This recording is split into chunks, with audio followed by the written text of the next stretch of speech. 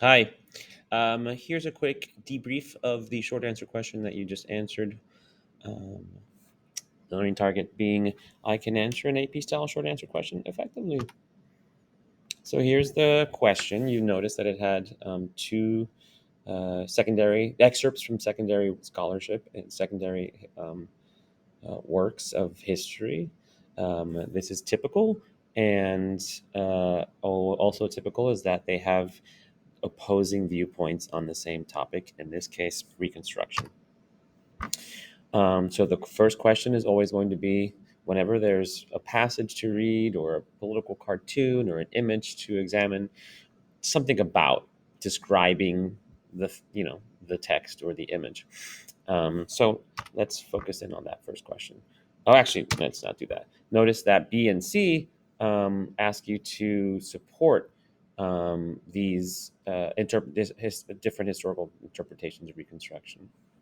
Um, in other words, the effects of Reconstruction. So, what is being tested here? One, interpretation. You have to be able to read and describe primary and or secondary texts. And two, cause and effect. What were the effects of Reconstruction, basically, is what they're asking you to consider. Um, and so we're going to focus on it that way. Let's start with the history. This is Reconstruction, and these are the things that you learned about Reconstruction and its immediate aftermath. Um, and then, so these are the kinds of things you might have used to support your answers in B or C.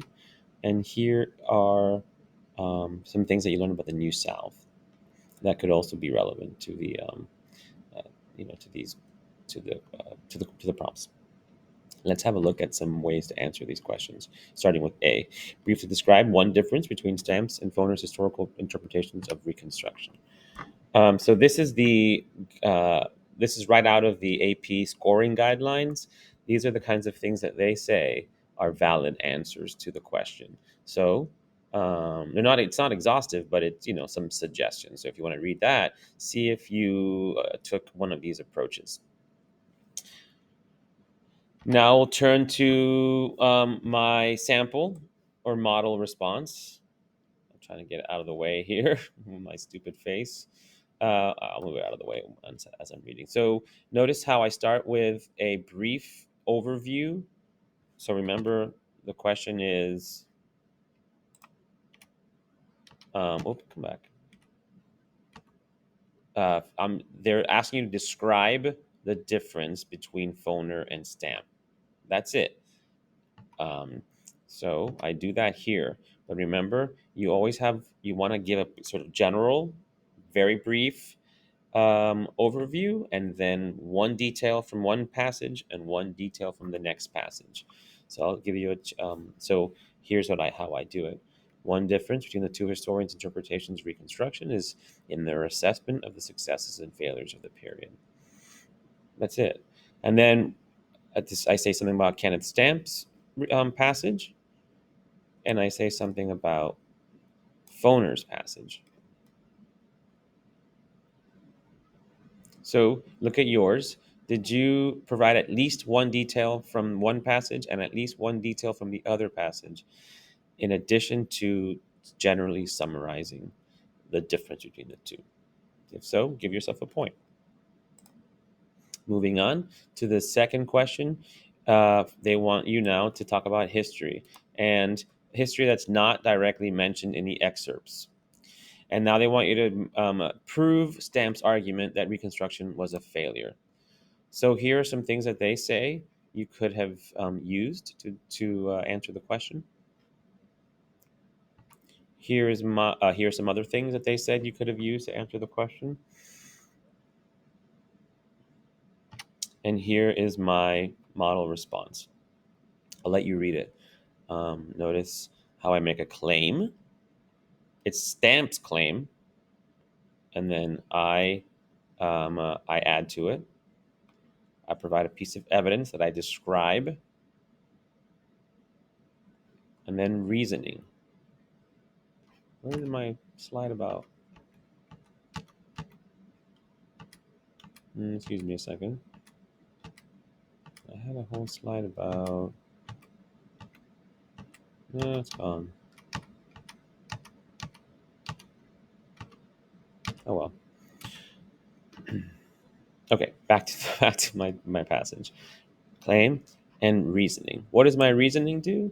My reasoning explains how um, why the um, why reconstruction caused the thing I'm describing. Again.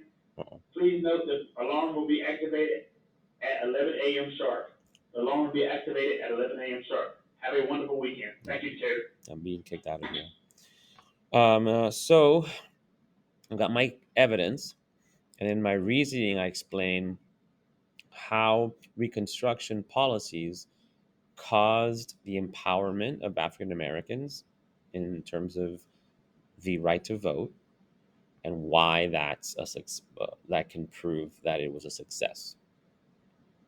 Did you do that? Claim, evidence, reasoning that explains how Reconstruction, how this was an effect of Reconstruction.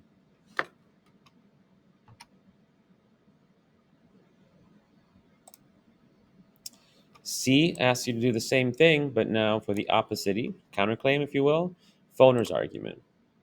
And these are some things they say you could have used to answer the question.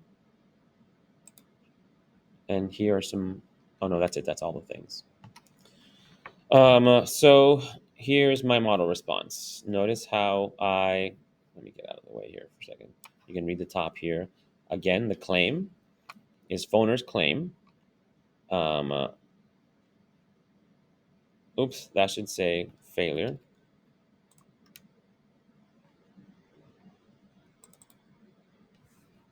Fixing that now.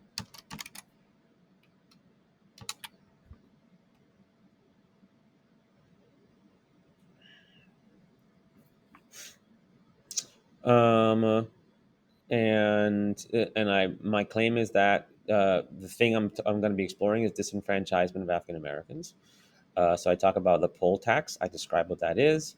I talk about the grandfather clause. I describe what that is. A couple pieces of evidence there to kind of give me some insurance, and then you can't end it there. Reasoning. How was this an effect of the end of Reconstruction or a failure of Reconstruction? Um, and so I describe that there. Why does this prove that Reconstruction was arguably a failure? I put that there. So claim, evidence, reasoning. Do you do that? If so, give yourself a point. Fill out that form, please, and that should end your self-evaluation. Thanks, folks.